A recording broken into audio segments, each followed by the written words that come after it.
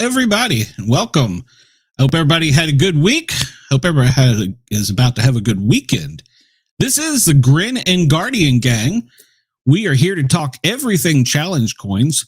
We're encouraging you to call in and describe your challenge coins or ask questions. Two of us are designers. And we also are encouraging you, if you'd like to sell your challenge coins, we want to be the QVC of challenge coins. If you're a reliable, reputable seller, I will send you the link. You can come on. You can talk about your coin. You can sell your coin. You collect all the money yourself.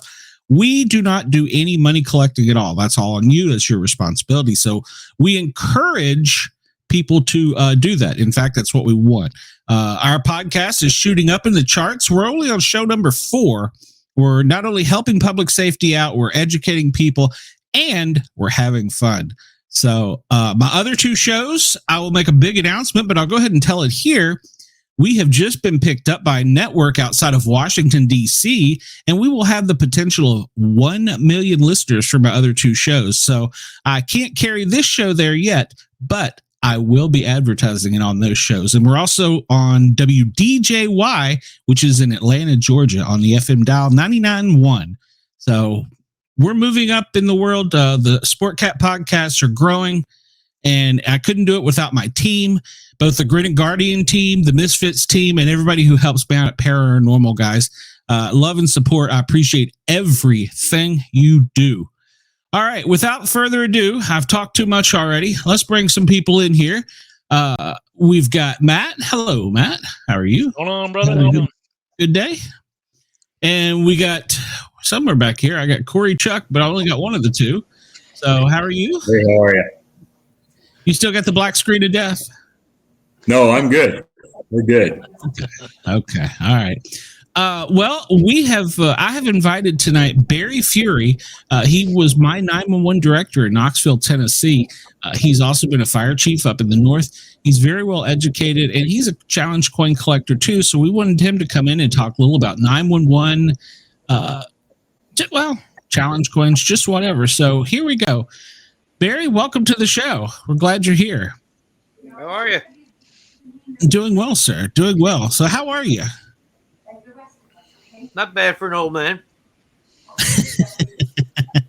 Well, good. Of course, I introduced everybody beforehand to you. Matt designs coins. I've designed a few coins. Corey has designed a few coins as well. I know that you said that you collected coins. How far back do you go with collecting? Do you have any in communications? And Boy, how far back do I go? I guess it depends on what you consider to be a challenge coin, because I can remember over the years, a lot of people, especially fire departments, or communities would have what I would call a commemorative coin, which were nowhere near as fancy or I guess widely collected as challenge coins are. But you're going to have to excuse me. But I mean, if you go back to the 1963, this is from a fire department in New York, actually where I went to school and grew up. And it's commemorative coin for, I believe it was their 100th anniversary, because they're a very old established community, old established fire department. So that's probably the first coin of any type that wound up in my possession. Wow. You said that one was how old? 1963. Man. Goodness. I don't have one of those. That wasn't even thought of then. Well, yeah. So, I mean, I came across them then. I mean, reportedly, the whole issue of challenge coins, or what has led to what we now know as challenge coins, goes back to the Roman legions. So, apparently, they were originally minted and issued to soldiers on a crusade, which were probably more like campaign medals now, rather than any type of medal that actually said, "Oh, you've done a heroic act." So if you look back on it, that's how far these allegedly go back, and then you can take a look at how else they've morphed in World War One. Some of the, especially early on, volunteer units like the Lafayette Escadrille, which was Americans who volunteered for the French Air Force essentially before America got into war. They supposedly decided they would issue their own coins for their members. So there's several different paths you can go down when you take a look at, hey, what is a challenge coin and how long has it been around? That's one thing Matt and I have talked about in the past is a lot of the coins now aren't round. They're not, they come in all shapes and sizes. Matt has some that are outrageously gorgeous, but they're not in a circle. Oh, yeah. And in fact, here's fire service line. Here's one that's essentially it's commercial issue. It's not from any department or company. But again, this is if you've got a case where you're trying to hold something round in. This is that's a real challenge coin. But it's again, like you said, they are not round anymore. They're pretty much any shape and color and design that you can come up with. And I mean, you guys are the designers here, so you know that better than I do. Matt's coming up with one that spins. Yeah. So Barry, in your opinion, so we're talking about challenge coins. Just get your honest opinion since you've got one that goes back to the 1950s. So, what do you prefer? I mean, are you looking for something you stick in your pocket, or is it kind of cool to? Do you still consider it a challenge coin? Oh, I'm pretty liberal about what I consider to be a challenge coin. It does not have to be round for me to enjoy it. I am not carrying them around with me to try to get out of a bar bet. So to me, if that's the case, I want a round one because I don't want something digging a hole in my pocket.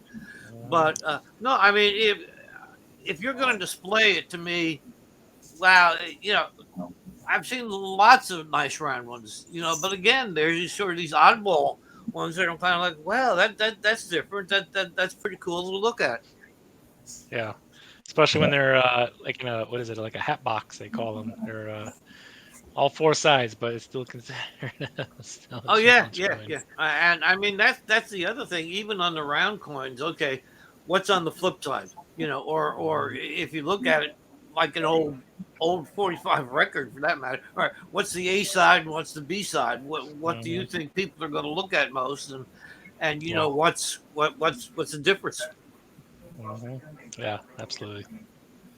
Now, have you guys gotten into much of the lore of the military coins and how they're used? And I think it depends on who you talk to about that. But have you looked into that much? So I'm a U.S. Navy chief at the moment. Okay. Heading down that retirement road. But I'll show you a couple. Like I've been showing these ones off already. So yeah. So we're not talking like it's not it's not anything like it used to be anymore, right? So here's a Back to the Future / legacy because of copyright purposes, right? But it's still, and you can see how thick it is. Wow. Right. But to me, and Corey and Glenn could probably vouch for it. So to me, a challenge coin could be any size, any shape, any color, right? I think what makes it meaningful, going back to the 1950s and 60s, is the unit names, right? For us, it's the chief pride. I'm sure with Corey, it's the police, the firefighters, right? Everybody has a certain pride on their coin, right? And they can get pretty intense now. They're very very different. Yeah, this is considered, to me, it's considered a challenge coin. It's huge, right? But if you look at the coin, it has meaning from it, right? Everything on this base is on this coin, right? It has meaning. It's not just a hunk of metal that you stick in your pocket. Now, am I going to carry this around? No. No, I'm not going to carry it around. But I'm going to give it to people, right? You can gift it, or it's something you can be proud of. So to me, that's where challenge coins come from. I'm sure it's the same for the police, fire department, and the fire department. It's something you carry around. Everybody has a story with a challenge coin. I got tons of stories. So you pull your little set out and you go, well, this is about one time, I was doing dumb stuff, and there you go. Got this coin, right? So to me at least, I don't know if that's how it for you guys, but yeah. I mean, Corey, he designed. I was going to say, when Corey, when he designed his, he was doing it more because at that point in time there weren't many for correctional officers, isn't that right? Yeah. So there's it's still hard to come by any type of like probation parole officers and their coins. I have literally been successful getting probably 6 Department of Corrections coins from other states. Wow. They really don't exist much unless someone takes it upon themselves to go and make up their own coin in their own region or their own agency. But yeah, that's 6 out of 50 states. There's not much of probation and parole. Now there's more for corrections like prison type coins. There's more of them, but probation and parole, very, very, very limited. And then you're talking on the law enforcement side, they got a coin for every unit of every police department. It gets pretty deep. Well, yep, that's exactly right. Yeah, same, Corey. Yeah, because you guys are just representing, man. You represent. You said out of 6 out of 50 states, you got your own coin. That's badass, man. Like, look what I got. Look what you don't got. None are yours all round, or none of yours are around, are they? Mine? To me? Yeah. No, to Corey. Sorry. Oh, my first one's round one, and then my second one is the buffalo skull, and then my third coin is the shape of Montana. Yeah. Cool. Barry, I'm sorry I interrupted you. What were you going to say? I'm sorry. I have no idea at this point. Once I've been important. Well, that's all right. We'll take it. So when you were with the fire department, it wasn't very popular at first, I know, because the military is really where it started. When did you feel like it took off in the fire department and was more popular? Man, that's kind of a hard one. I mean, I'm trying to remember about how long back it might have been when they first really started. I mean, now, like you're saying, they're everywhere, and they're used for every occasion. And I think, obviously, since the 2000s, they've been out there and around, and in some cases, they're starting to replace other things that used to signify special events. I mean, in the fire department, depends upon where you're at. Companies will have what they call wet downs or housings or christenings or something where a new apparatus is brought online. Well, back in the day, departments used to get ceramic mugs, and that was buy our mug for a fundraiser to commemorate that we've got a new apparatus. But now I see that's some folks still do it, but the change has been to go over to the challenge coin because you can collect a lot more of those in a smaller space than you can with the mugs. I mean, you get 10, 20, 30 mugs. Now you've got something that you got to dust and something that you got to have space for, where 10, 20, 30 challenge coins, that's a nice little spot on my wall here on this little case. So I can't really say when it started, but I certainly know it's in full force right now. Absolutely. Have you done one or seen one for any communications divisions, 911 centers? Who was that aimed at, me or? Oh yeah, sorry, Barry. Yeah, yeah. No, I'm sorry. Hang on. I'm going to be awkward and bend over here. So hang on. Oh yeah, it's all right. I'm just screwing up everything. So you have to pardon me. I did 2 hours of radio before I came on here, so I'm talked out. So Well, I'll actually show you two that I've got. For me, and I have some more, but the ones that had the most significance for me would be. Let me just see how I'm doing with this. This is the one from Raleigh Wake, which is the last 911 center that I managed.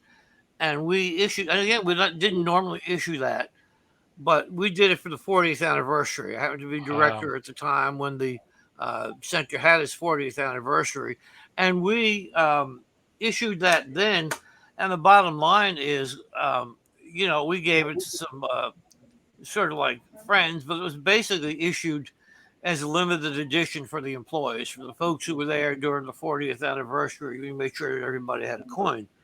Now, the most recent one I came across, and this is a recent issue, and again, I'm kind of awkward with trying to show this properly, but this is from the first 911 center that I managed. So I've kind of got bookends. This was a recent issue. It's from a center in New York, and so, like I said, now I've kind of got bookends. I'm not sure that the two centers in the middle of my career have issued anything yet. I don't think they have. But so those are two that I've got from 911. There are also 911 associations that issue coins. And for example, here's one from APCO, which is the Association of Public Safety Communications Officials, and they're sort of a sister organization, if I can find it, because I had all this laid out very neatly before we started, which doesn't seem to have done much for me. But here's the one from the National Emergency Number Association, NENA. So Nice. You've got 911 centers who are doing it. They're doing it for anniversaries. They're doing it for recruiting. They're doing it for sort of special awards or just for the heck of it, in case somebody comes in from another agency with a coin. And in fact, a couple of APCO international conferences a few years back, I know there were some folks who were advertising on the APCO bulletin board that they were going to be there with challenge coins from their agency, and everybody set a meetup at a certain time in a certain room, and so people were able to get some that they might not have otherwise had their hands on. So again, it's not to the level that the fire service is at the moment, but I've certainly over the last 5 years in 911 see it pick up. 5-10 years, see it pick up. That's cool. How many coins do you have total in your collection, Barry? Only about 50. I mean, it's not that. I'm an amateur when it comes to it, but I think each one of them to me has a significant meaning. Like I said, the bookends on my career there. Ones from fire departments that I've been in. Ones that have been given to me personally by friends. So, nowhere near, like folks who are really, really deep into it. But so far, the wife hasn't complained about the ones that I've got. So I think we can keep moving forward until that happens. That's definitely the most important, keeping the wife happy. Well, there are people that go absolutely nuts, but I think personally the ones, I mean, you'll see ooh shiny that you got to have. Like I found one about the Miami mall invasion of aliens that somebody did, and I was like, okay, I got to have that. That's just too cool. But I mean, for the most part, there's something that means something to me. So I was going to show you this one here. I showed this on the. Hold on, let me move the logo. You'll recognize this. This is Ronnie Patterson's patch, yeah. And the family asked me to make the coin for them for Ronnie that they wanted to give out to loved ones and family members. That's his paramedic patch and number on the back, and I still got quite a few of these, but the family asked me to do that. So once again, it had a personal connection, So, and it trying to explain getting the sun sphere on a patch to people on the other side of the world. I mean, I had to send picture after picture, and it was a horrible mess. But we found. I sent a picture of the patch, and I was like, "Make the patch." So, Yeah. sometimes things get lost in translation. So, but Definitely. yeah. Which one do you think means the most to you? Have you got one that you feel really attached to? Oh, well, let me reach over here.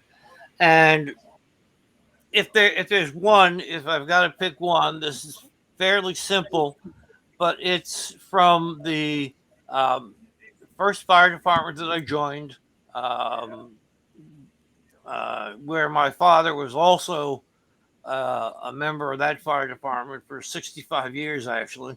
Uh, and so it's, this to me is really the most significant. And again, what they did with this one is they put Saint Florian on the backside, which is again a patron saint of firefighters. So yeah, I would say that of all of them, that one really has to be the most significant to me. That's nice. That's nice. The history's there. Oh yeah. And yeah. and one other thing I want to get from you before we cut you out of here. You're welcome to stay as long as you want, but I know you don't got all night with us. I want you to talk about 911, where it started, where it is today, and because now we're with text 911 and stuff for kids and stuff, and well, I shouldn't say kids, everybody, but I think it was geared towards the younger generation, and what lifesaver it is and has been. Okay.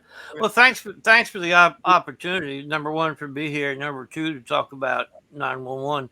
911 actually in the United States started in 1968 in a small town called Haleyville, Alabama, and that's where the first 911 call was made. It has now morphed to where it is pretty much nationwide. There may be one or two small pockets yet that don't have it, but in 99 point whatever percent, to the degree that there are 240 million plus 911 calls made every year in the United States. Um, you mentioned the technology. One of the big challenges in the industry right now is the coming up of what's known as next generation 911.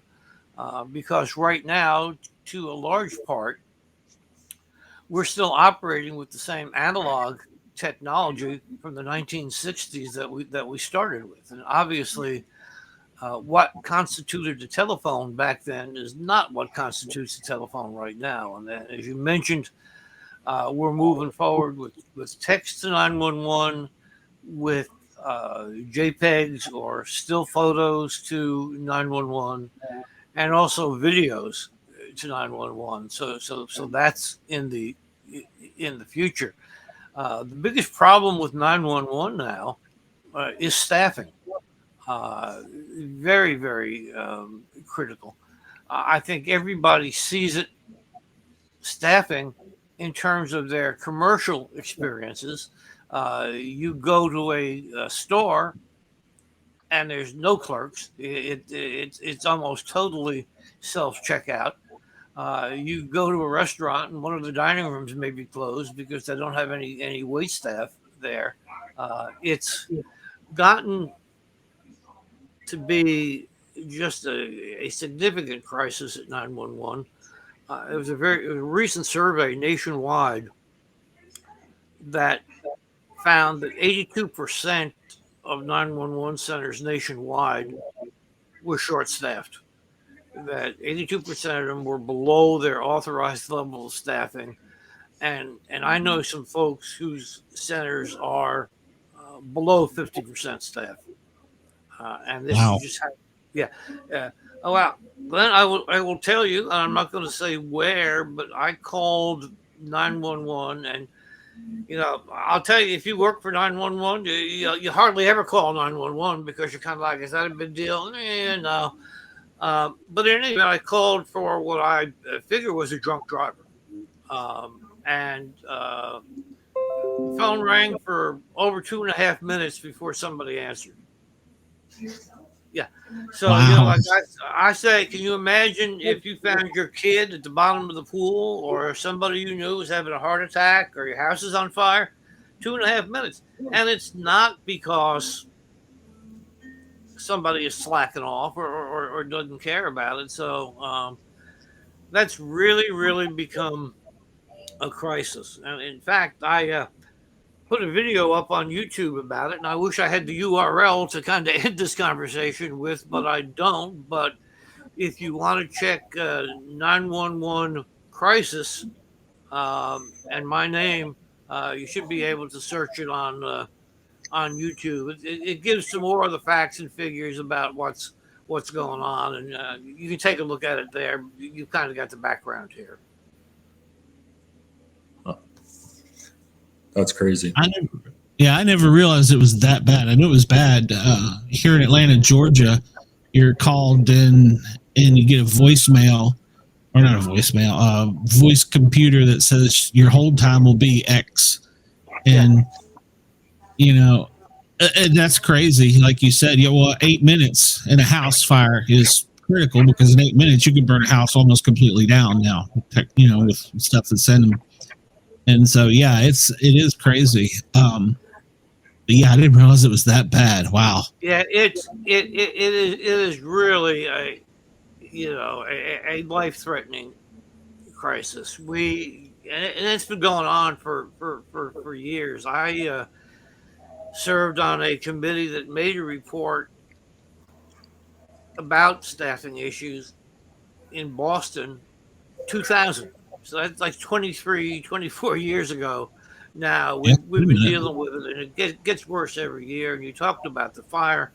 I recently read in one city where they're encouraging people to call the fire department directly because they're having such trouble getting through to 911 in a timely manner. Yeah. And I'll go back to the old self-initiated alarms. So, which, if you're on the fire truck, that's cool because you're first in. So, so you get to have the fun. Well, I know in Washington, D.C., one of the things that they're using, I think it's actually PG County, is they now have drones. And when a big car crash is called in, and you get calls for, it's in the northbound, it's in the southbound, it's east, it's west, it's this side. The drone is dispatched and goes and surveys the scene and determines what's needed. And I don't know if they have it to where it can speak out, wave if somebody's hurt or something, but I thought that was an incredible use of technology. With the push of a button, somebody at 911 is boom. You got a drone on the way to the call. Had you heard that?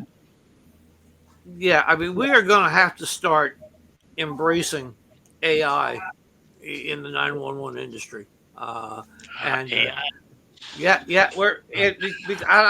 tell you, because if we start tomorrow trying to fix this problem with staffing, it's going to be 2 years before we make a dent.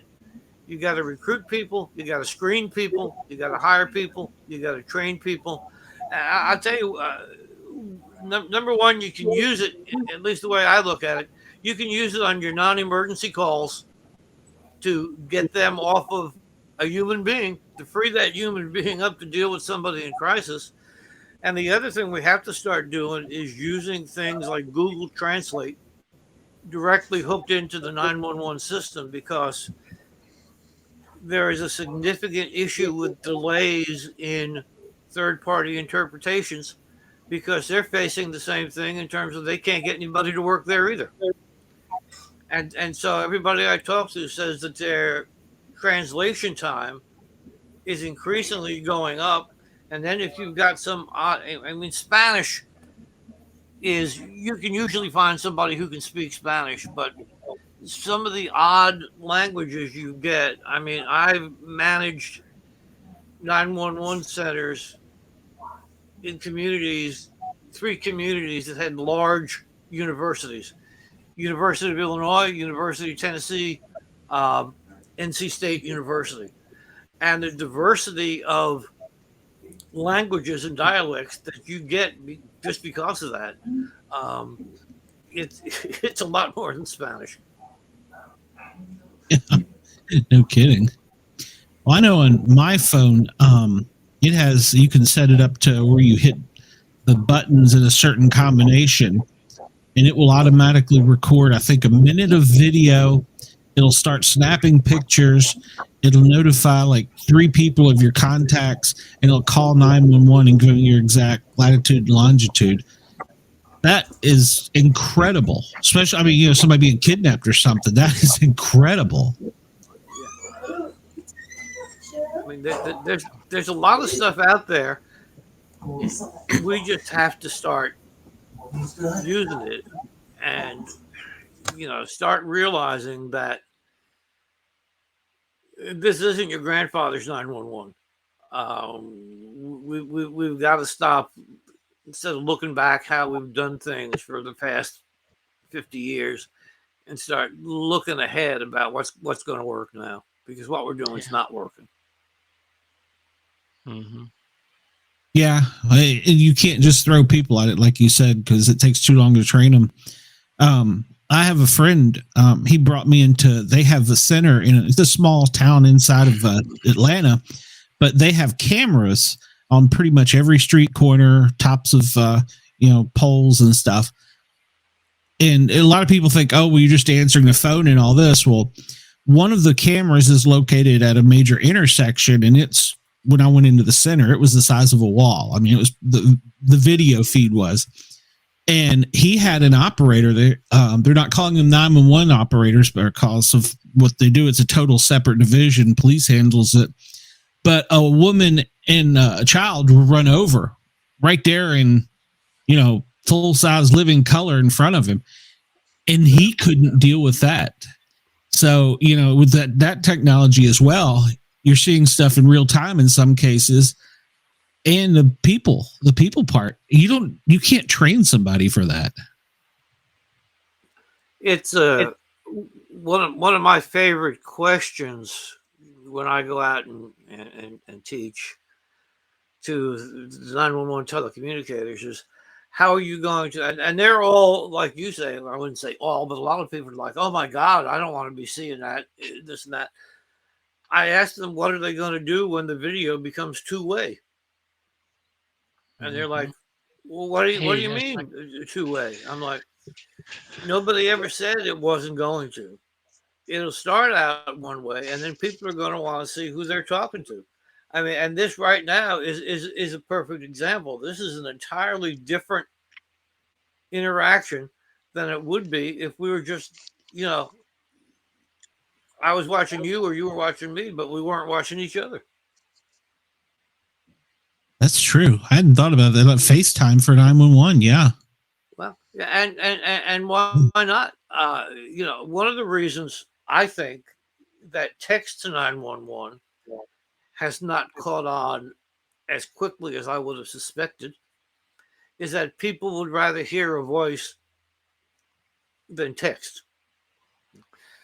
And I think they'd probably rather see a face than a blank screen. That's true. That's true. I think also that's probably like I said, I think it's probably more for, I don't want to say the younger people, but I'm dating myself here, but I remember when phones didn't do that. So I think that the text part, and I hadn't thought about sending, JPEGs and video to 911 centers, and that's incredible. So that's a lot to manage. And especially if you had drones in to go out, holy cow. So you're talking about I don't even know, a military command center. How do you train the people for that? It's not going to be tomorrow. No, and I mean that's part of the problem. We have been, as an industry, we haven't driven the change.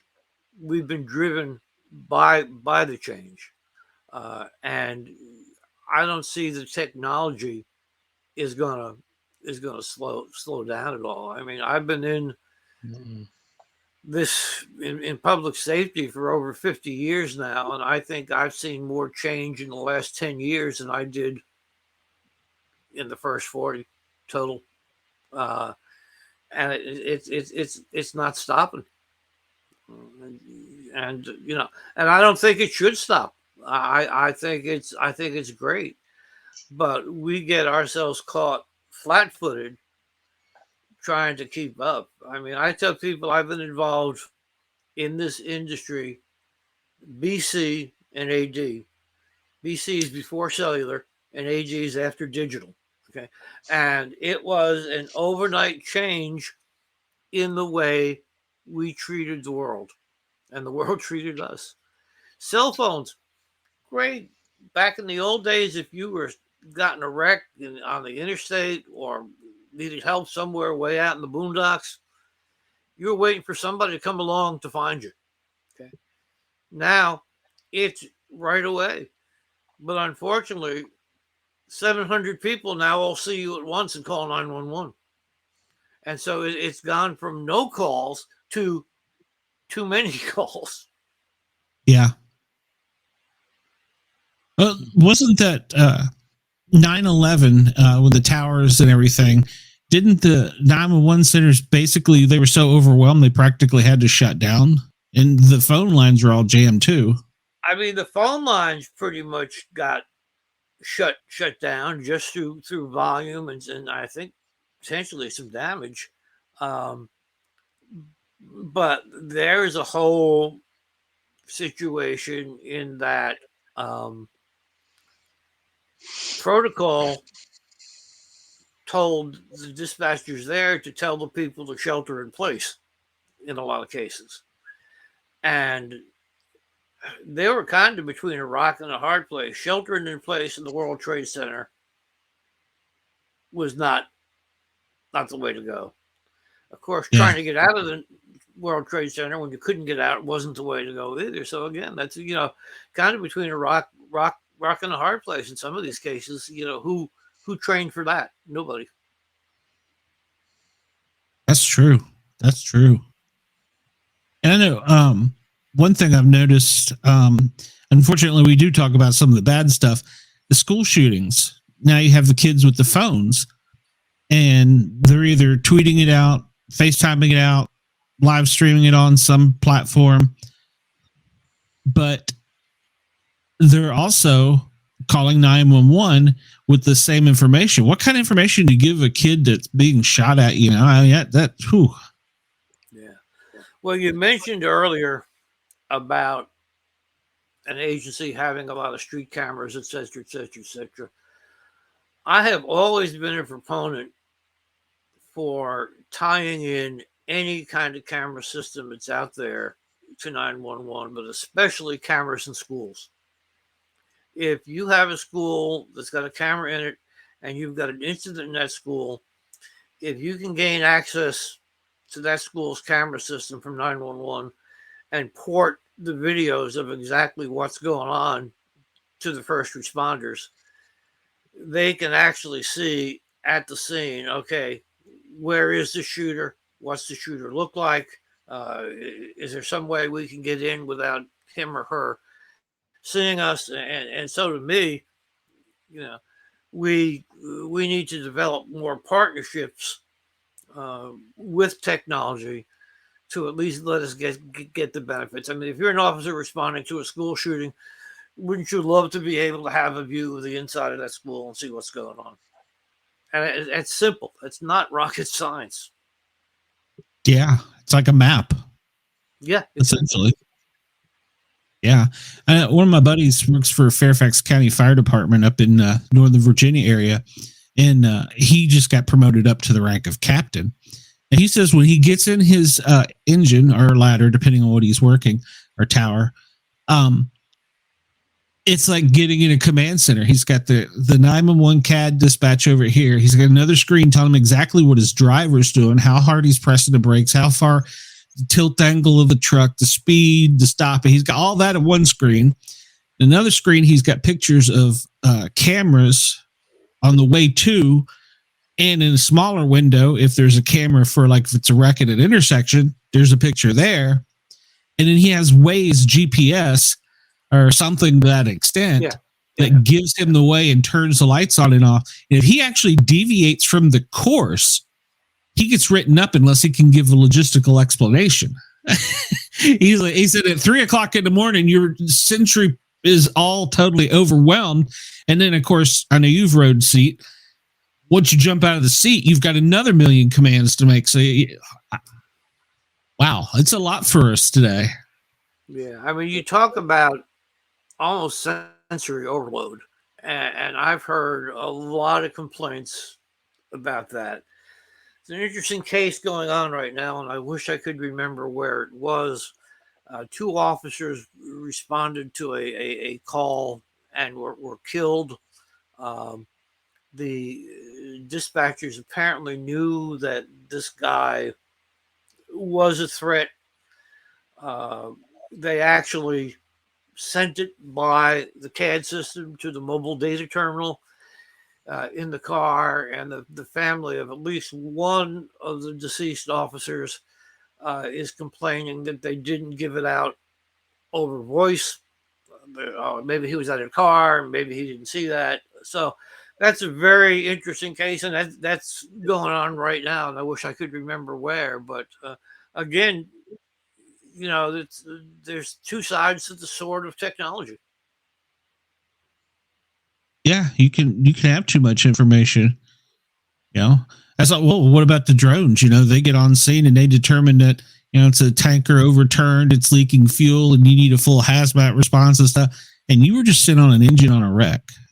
Yeah. So, or something to take. We're a year away from what happened up north with the train derailment.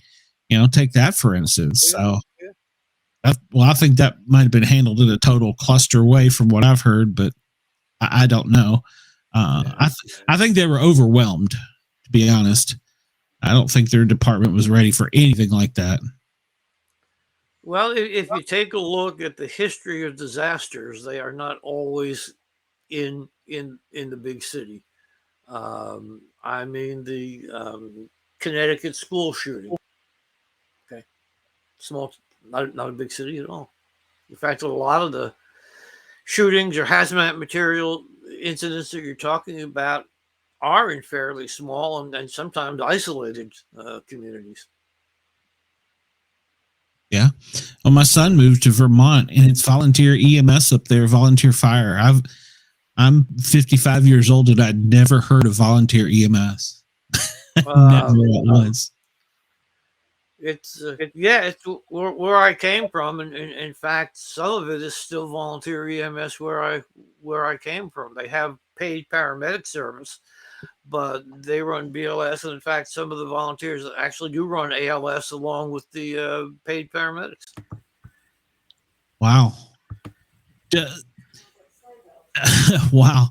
Yeah, it's hard to believe. Andy, welcome to the show. Andy, this is Barry. Hi. You've missed a good conversation talking about it. And I want to get in you've got to have being an old fireman, you got to have some good old war stories about firefighting to tell us before you go. I know. Oh, well, I think the statute of limitations is probably passed on some of it, but one of the calls I actually was working dispatch at the time, and I dispatched my own department to a house fire on a particular road, and one of our assistant chiefs showed up on the scene and said he was on the scene, and another one of our assistant chiefs showed up on the scene and said he was, and these two guys are arguing over the radio. Well, where are you? I don't see you. It turns out that we had two abandoned houses on the same street on fire at the same time, apparently, but they were not near each other. One was on the east side of the street, and the other was on the west side. So apparently somebody with nothing better to do had gone down and set abandoned houses on fire that night. But to listen to these two guys argue about, you're on the scene, no, you're not on the scene, yes, I am, I'm right in front of the building, no, you're not, I'm right in front of the building, was kind of interesting. I guess another old war story was that I was still in the meeting getting sworn in as chief when I got my first fire, which at that time was the largest dollar loss fire we had had in the history of the community. Thankfully, people are worse firefighters than I am. So since then, we've burned down a lot bigger things, and that's kind of taken me out of the barrel. But that was legend for a while. That you're still in, and the tones go off. I mean, there's just a ton of crazy stuff that's happened over the years. Oh, well, that's the one nice thing. And that's what I loved about our job. You never knew what you were going to get when you went to the office. You could be pulling the cat out of a tree, or you could get woke up at 3 o'clock in the morning to do CPR on a kid. You just never know. And I loved the job. I still wish I could do the job, but unfortunately I can't. And I loved hearing the old war stories as well. So I'll never turn one of them down. I've developed. Well, I guess I'll leave you with which was probably, I tell people, the worst day and ultimately perhaps the best day of my life. When I was out of high school for about a year and a half, and we caught a run around 8 o'clock in the morning, and a fully loaded school bus from our town was broadsided by a freight train. We have 5 fatalities, 40 some odd injured. This was 1972, so the term MCI, what's that? Protocols. Well, grab and go. I mean, no ALS, no paramedics, and that has stayed with me for forever. Again, like I said, I was out of school about a year and a half. If I didn't know the kids on the bus, I knew their older sister or older brother. Actually played sports with some of the kids on the bus, and I was a pallbearer for one of them later that week. So, I mean, you talk about CPR on the kid 3 o'clock in the morning. That's kind of one of my CPRs on the kid 3 o'clock in the morning. But I tell you, it had served as a wake-up call. When you are 20 years old, you are bulletproof. By God, nothing's ever going to happen to you. And to see these kids that you knew get killed, get traumatic amputations, I mean, you name it. It sure changes your outlook on life, and I think has allowed me to better focus on some things that are more important. Wow. It's hard. When I was in paramedic school, I was working 24 on, 48 off, and I was exhausted. We ran all night and had all these calls and stuff. And the old senior paramedic for the next shift was the one who relieved me. And we always, if we had time, would talk about classwork and stuff. And I was out, dead to the world.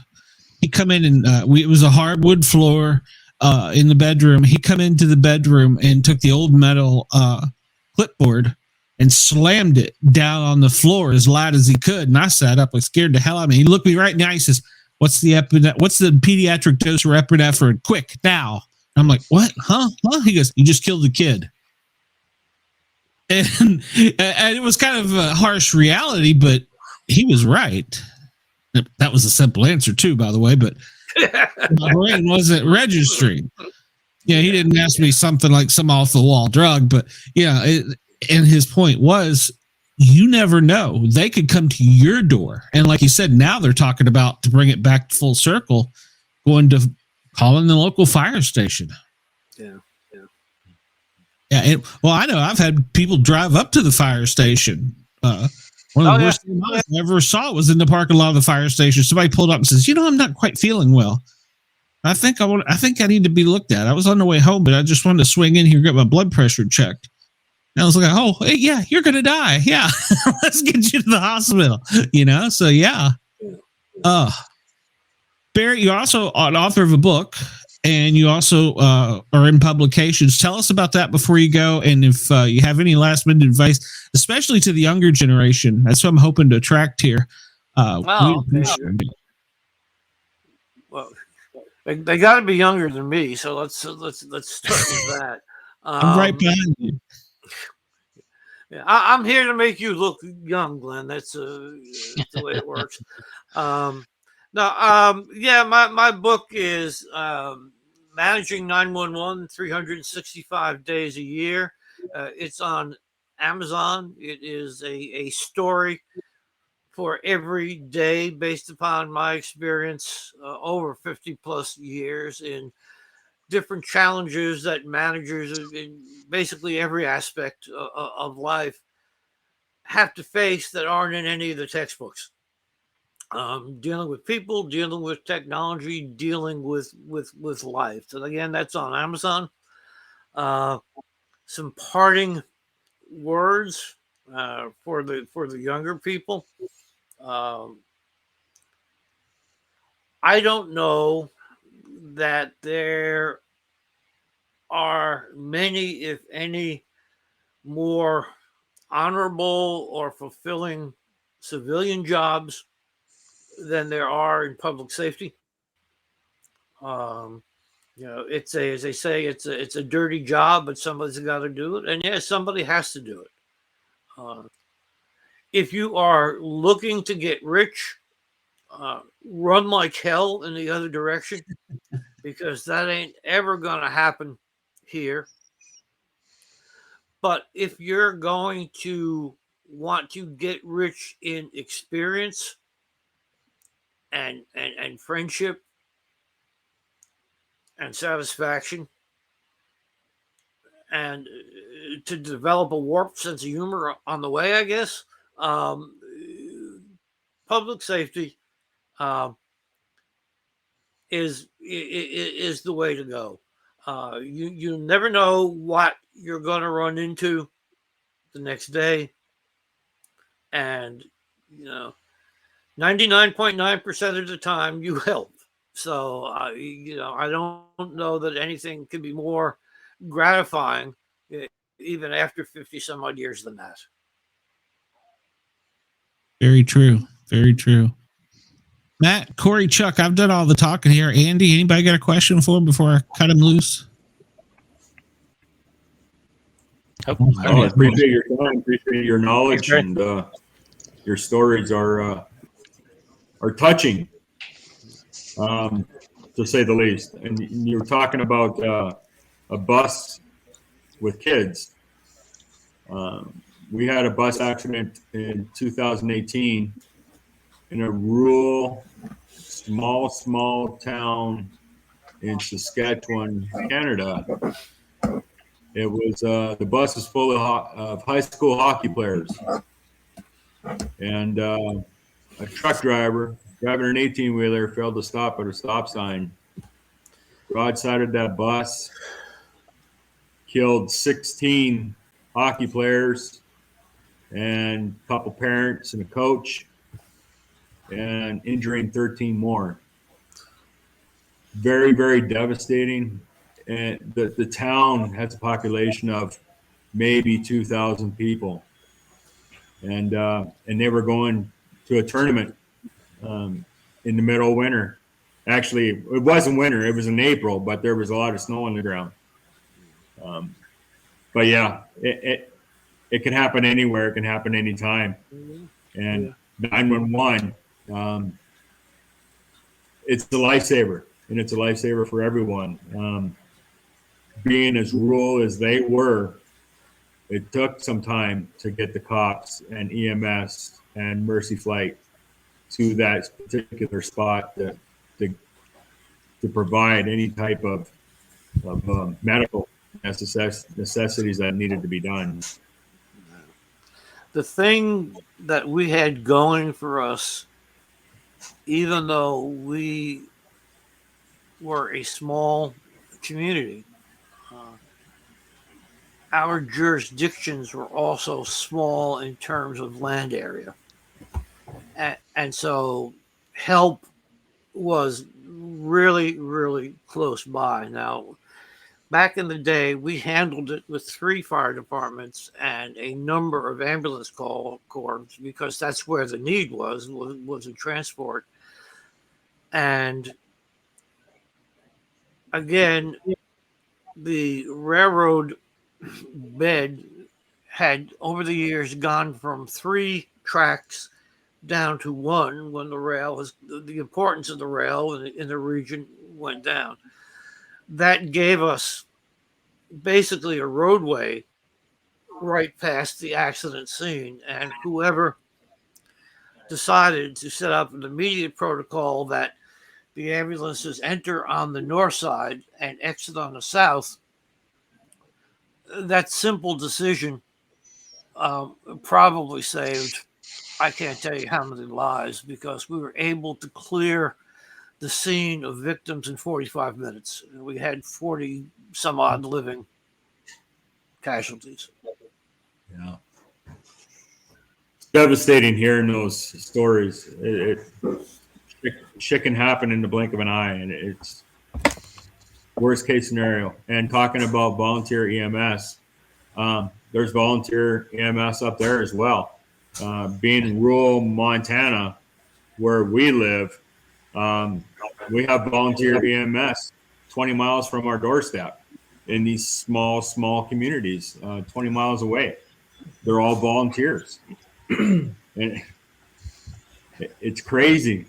And we have a lot of mountains around us too. And thankfully we have the Air Force here too that provides, they have helicopters that have actually provided a lot of life-saving rescues for the community of Gray Falls and Montana, because they fly all over helping provide rescues.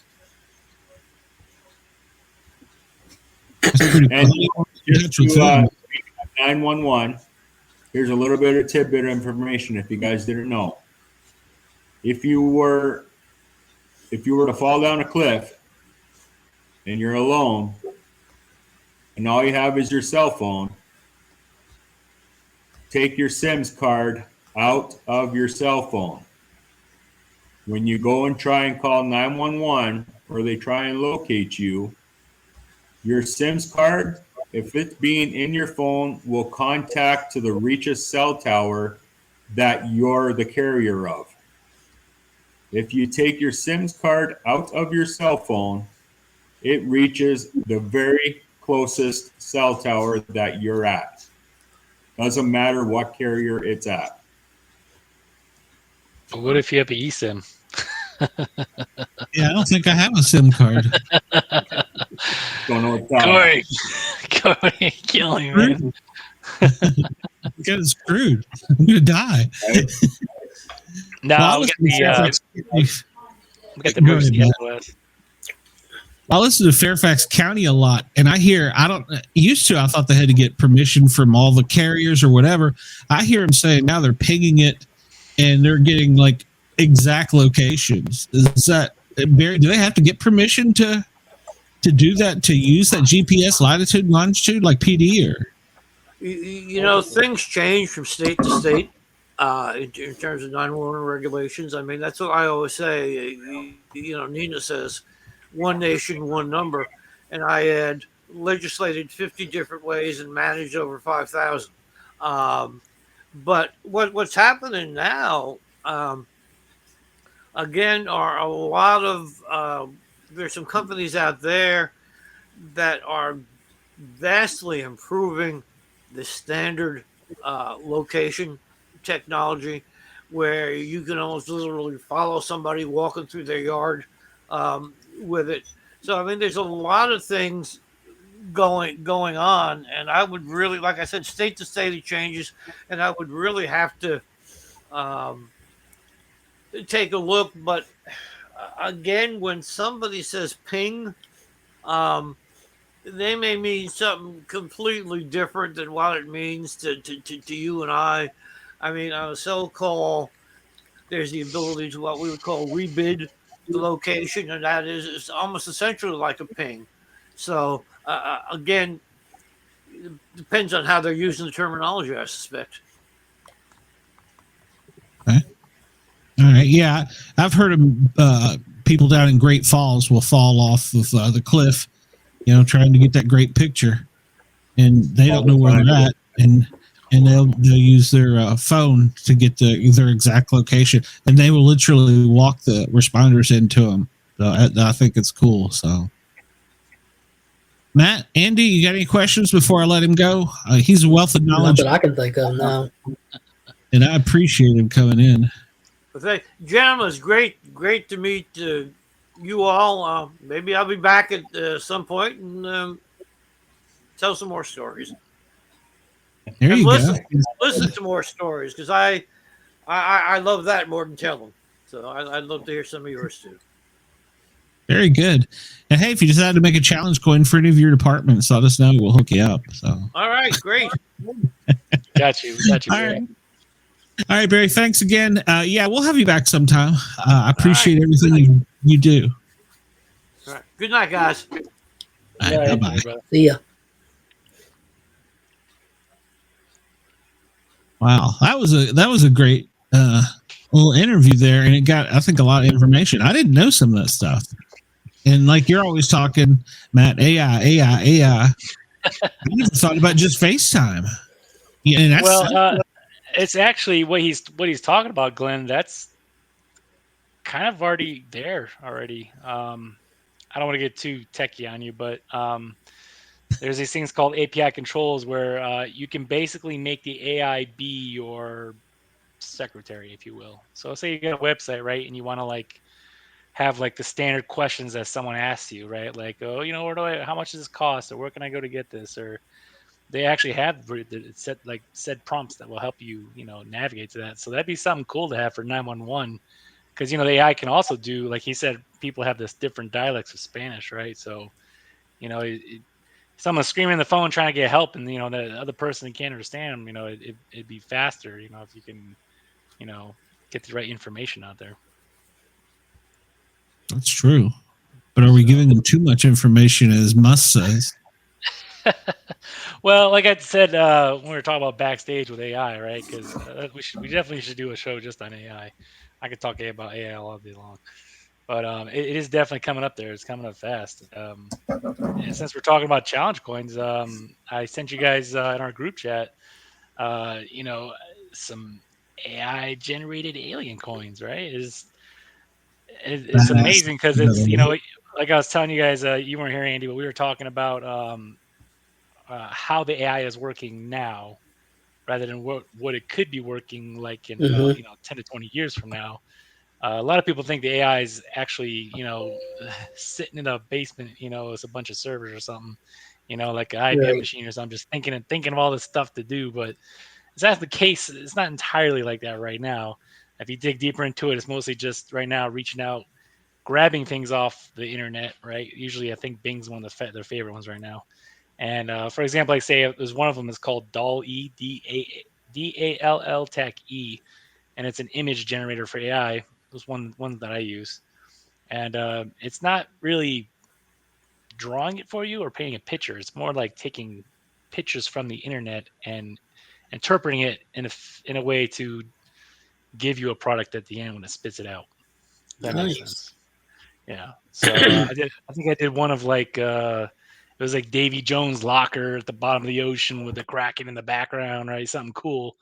So, I started seeing all these pictures of like Pirates of the Caribbean style Davy Jones, right? It's like, well, that looks kind of familiar, right? And then it interprets that from what it grabs off the internet, and then, images of the Kraken, and, puts it behind it. So it's, so it's not really a thinking thing right now. Everybody thinks we're feeding AI information. It's not the case now. It's kind of just like a souped up help desk, I guess, or like it just knows how to get the right answers. I mean, I don't know.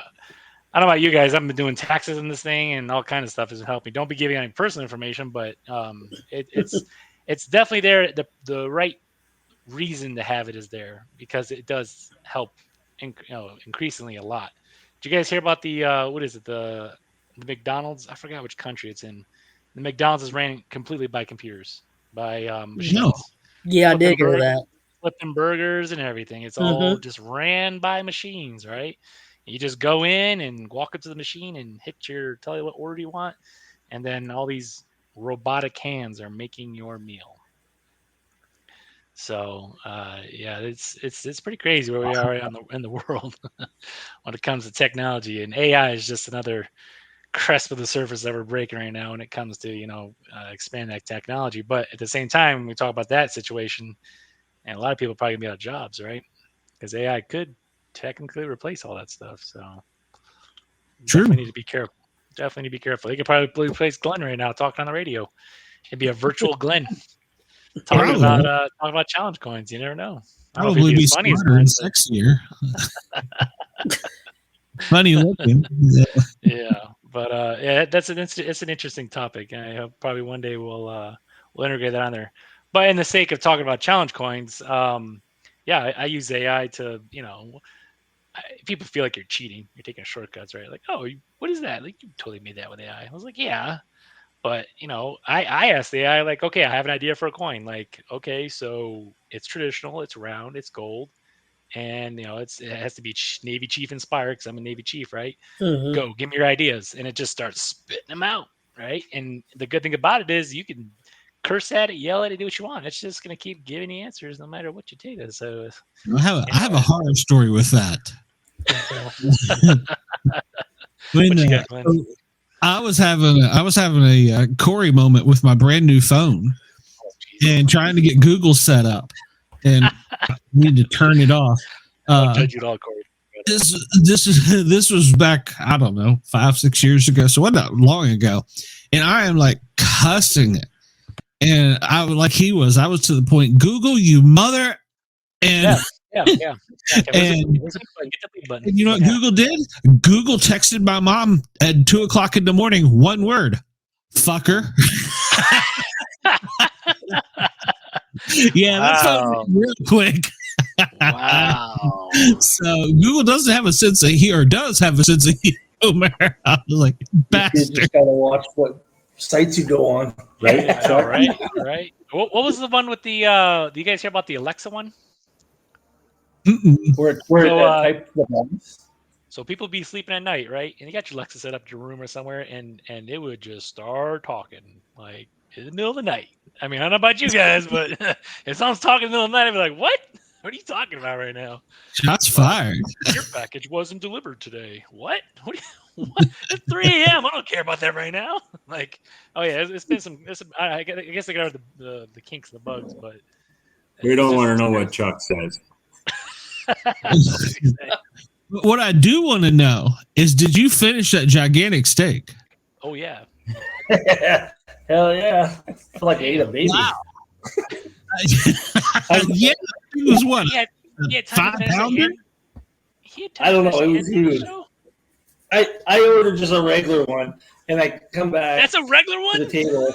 No. I ordered a regular one. Jeez. I told my wife, I was like, here, just order this one. And I come back, and she's like, yeah, I ordered this one. The lady comes back, hands me an empty plate, and she's like, your steak will be here in 45 minutes. I'm like, it's medium rare. She's like, yeah, but it takes a while to cook through that thick one. And I'm like, and I looked over, and she's laughing, and I was like, oh, have you ever seen Great Outdoors with who was it, Jen? John Candy? Yeah. Mm-hmm. That's how I felt. It was like so embarrassing. I was like, well, go big or go home. So everyone's looking at him. He's got this great big monster steak. So I pound it down. Wow, yeah, you had to plow right through that. No meat sweats or anything. You just went all in. Holy cow. Go big or go home. Yes. You got me for about 2 or 3 days. On my other show, The Misfits, one of the guys has a steakhouse in his area that photographs everybody that comes in. It's like a tradition, and they photograph you while they're eating. And some of the steaks that some of these guys are ordering, we're looking at the pictures he's showing online going, how did they do that? The thing is huge. It's an ox leg. Well, was it good? Did you enjoy it? It was good. Yeah. Good. That's all that matters. Is You ever been to Vegas? Yeah. I have, yeah. Have you eaten at the Heart Attack Grill, Fremont Street? No. Attack Grill. No, but I heard about The it. Heart Attack Grill. Let me Google that real So quick. it's literally you walk in and they all put the hospital gowns on you, What? and all the nurses, Yeah, that was all on the the Food Network. waitresses are dressed up as nurses, right? And it's entertaining. There's lots of visuals. Anyways, they have a burger there, so every patty is a half pound. So I ordered the 6 patty. It's the quadruple bypass burger. Oh my god. Yeah, So it's Oh my god. it's 6 patties, 26 slices of bacon, and 28 slices of cheese, Jesus, and a pound man. of fries. Oh. I ate that. Took a little bit, but I ate that. But yeah, Wow. that's the biggest thing More I've power ever to had. you, bro. Damn. More power to you, brother. Yeah, so if you don't eat it all, they make you grab onto this handrail, and the nurses come by with a little wooden patty back, and they slap your behind for not eating it all. Yeah. My kind of place. And anyone that weighs over 300 or 350 pounds, you eat free. There's a big scale right in the middle of the restaurant. You go they step weigh up on it. everybody. Hey. They weigh everyone. Yeah. If you weigh They over also have one 350, called the you cardiac eat free. arrest burger. Yeah. I think they just Yeah. added to that one. That's like an 8 or 10 patty burger. Yeah. It's crazy. And your milkshake come with like a hunk of lard sitting on top of your milkshake. Oh my god. Oh. Yeah. And then when you're What? done, they wheel you out in a wheelchair. Still with your hospital They gown do. on. It's quite fun. It is. But That's funny. You know what? We need to contact their management and have them have challenge coins for like the biggest one. You get a coin. right? Exactly. That's a good idea. Matt, get on that. Design a cardiac arrest hamburger coin. Just ask the eye real quick and see what happens. Yeah, see, he's gonna have it in 5 minutes for us. Wow. Yeah, I would probably buy that coin, to be honest with you. You would. Well, because it's cool. So that's like I said, it's got the cool factor. Yeah. You would. No, I did our department. I'm not going to set my other phone up, but I did our department coins, or let me rephrase that. I've had to call them medallions, but each patch shape over the years of the Chiefs or each patch was a different shape. And so there was no way on some of them to get on a round coin the detail or the quality. So I went and I made medallions. And it's 2 inches by 4 inches. That's the first one from as a paramedic. And then that's the state of Georgia paramedic patch, which ironically is this shape. And then, yeah, we moved to something a little bit different, not too much. And let's see, what do they make us go to from there? So, I had to wear that paramedic patch. Conveniently speaking, DeKalb County in Georgia never actually wore the state paramedic patch that's required. And then another chief switched us to that. That would be easy to make. That's round. I could do that one. But then the new chief came in and decided he wanted something totally different. So he had this kind of odd shaped patch. And so I had to make this one. I was like, you guys are killing me. And so when I come out with a series showing, our patch progression, a lot of people complain, well, that's not a coin. Well, I can't put all of our patches on a coin. Otherwise, you're going to have this little teeny tiny dot in the center of it. And on the back, it's going to be full, And so I've actually not sold hardly any of these because everybody's like, what's that a coin? Well, tell the chief to create a round patch. I don't know what to tell you. Nice.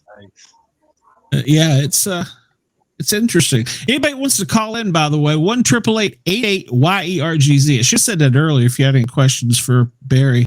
If you got any questions for Matt with AI, even though he looks like he's going to retire, he's like 12. That's our government. That's that baby face, baby.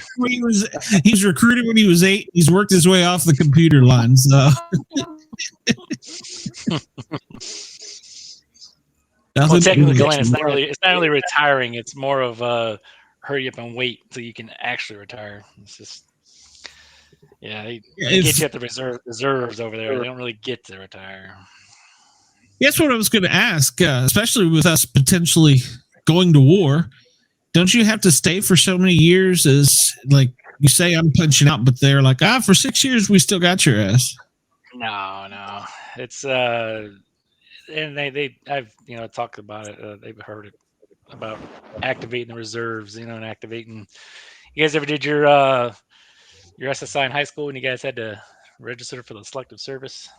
Yeah. That's always a thing. I can't speak mostly on it, but I mean, I don't know with the current guy in office, who knows, but they could. Never say never, right? But no, once you're done, you're done. When your contract's up, your contract's up. Okay. So, being from Canada, we didn't have to do that. Yeah, I know. The minute I took the oath and got sworn in, I had to sign up. Dude, got him. Yeah. Hey, get you something. I'm too old and fat, so. But I have been told this at the state level. They can still come in and federalize paramedics if there's a shortage. I may not be on the front line, but I can be patching up people back in the back. No, I'm too old. I'm fat. I'm crippled. Yeah. But we say this jokingly, but right now we're actively bombing 2 countries. So, There's a lot going on. Actually, I guess 3. I started right. I was having dinner and I broke into the news and says, we've decided to bomb Syria and Iraq and Yemen. Yay. The scariest part of that for me was they were showing the plane's route on Flight Tracker. So this is your AI. It says showed the route of the plane, the way it went, how it bombed. Like, how the hell are the civilians getting this information? We don't need to know this. The bad guys don't need to know this. Technology. Yeah, that's right. Exactly. They're using technology. But yeah, so tell us something, Matt, about this coin that you're working on that's spinning, or do you want to talk about it? That's spinning. I can talk about it. So, or something. As Barry was. Oh, he talked too bad about AI and it got him. Come a long way. I mean, they're very, like I said, there's hat boxes. Job. Is it just me or is he breaking up? What's that? He's breaking up. Okay, I think you talked bad about AI because you were breaking up and freezing and stuff. All right, how about now? Can y'all hear me now? Yeah. Okay, that's weird. Yeah, it must be the AI. Anyways, so for challenge coins designs, I'm kind of getting away from the complex, these coins that got all these different functional things on it, golf ball markers and everything. And actually, I did a poll on most of the Facebook groups, and I was like, "Hey guys, what do you want? What do you want? Do you want traditional coins? Do you want complicated coins? Do you want both, or you just don't care?" And of course, most people elected the traditional because what do they want to do? They want to put it in their pocket. They want to stick it on a mantle on their wall so they can, display it. So what I've been doing in my company, I've been trying to I like to do retro nostalgic, but I think I might have to kind of modify it a little bit. But you guys seen the news for the new Beetlejuice coming out with Michael Keaton, the 2020-24 version? Have not, no. You guys not watch, like, listen to news? Dude, I am stuck behind this computer, either on live. Some of us actually were. Okay. And the other part of the time, Well, it's not this guy. So, Well, I was looking, and then I sent one of them. Well, I sent one of you guys. It was a alien coin. Actually, I sent it to Glenn. He almost lost his marbles. He's like, "Oh man, I want to steal that design."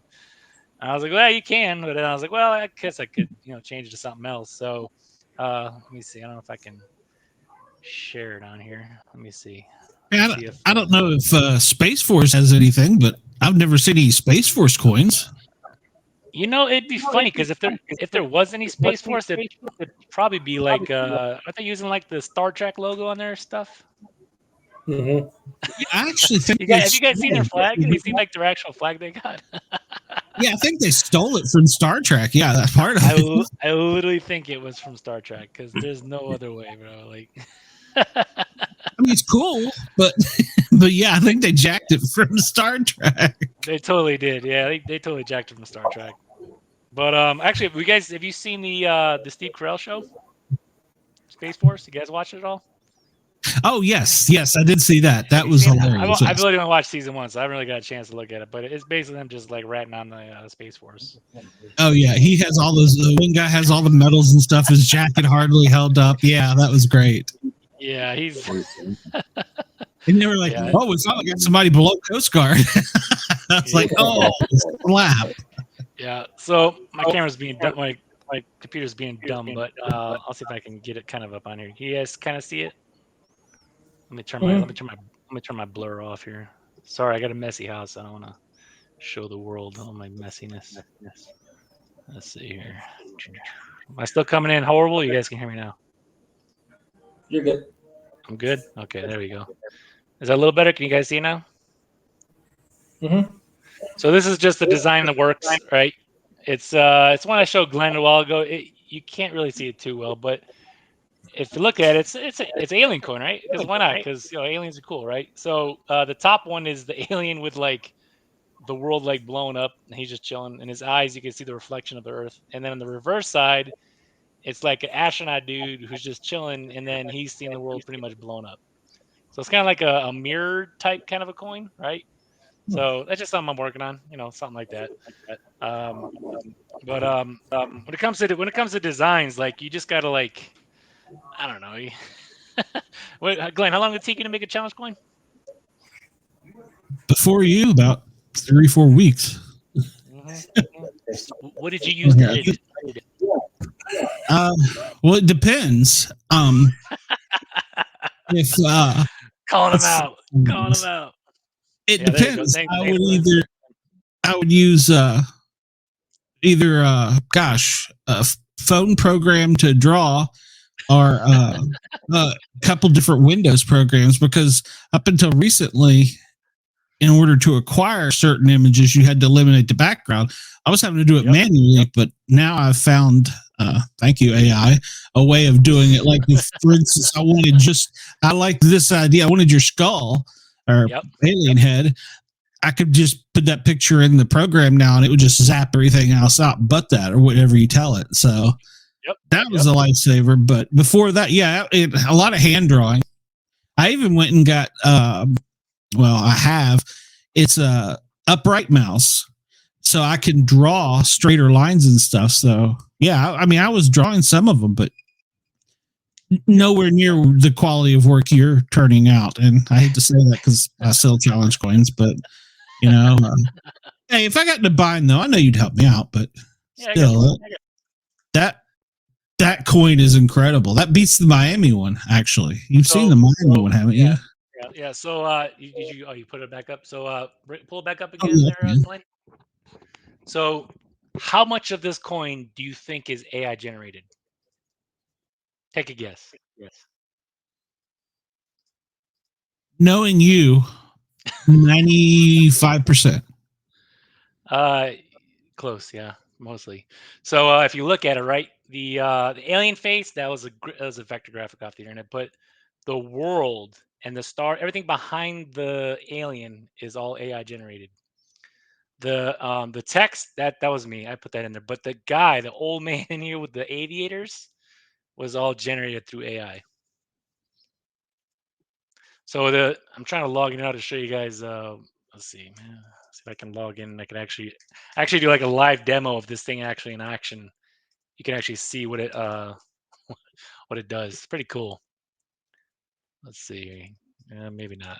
All right. Yeah, I was gonna say if you could make that. What do we call it? Attack coin. Yeah. But again, this is just like this is just in in design. But if you guys look, the Intergalactic Threat Response Authority, I did not come up with that. That was AI. The Erratico Chaos and the Defito Ordimus, the Latin words, was all AI. So as you can see, this is an example, right? It's not being lazy. It's just basically giving you a direction and going, right? But when we talked about challenge coins before, challenge coins, if I give this to the designers to actually make this coin, it wouldn't like this. There's no way, right? Unless they actually take the photo, cut it out in a circle, put it in the coin, throw some epoxy resin into it, and yeah, you can have it like that if you want. That's really the only way you can do it. But they do have what's called UV printing, which is actually pretty cool. They could actually print this onto the coin, and then they could fill with epoxy resin to seal it so it doesn't scratch or tear off or anything. So it's pretty cool. But thanks for sharing that, Glenn. Appreciate you.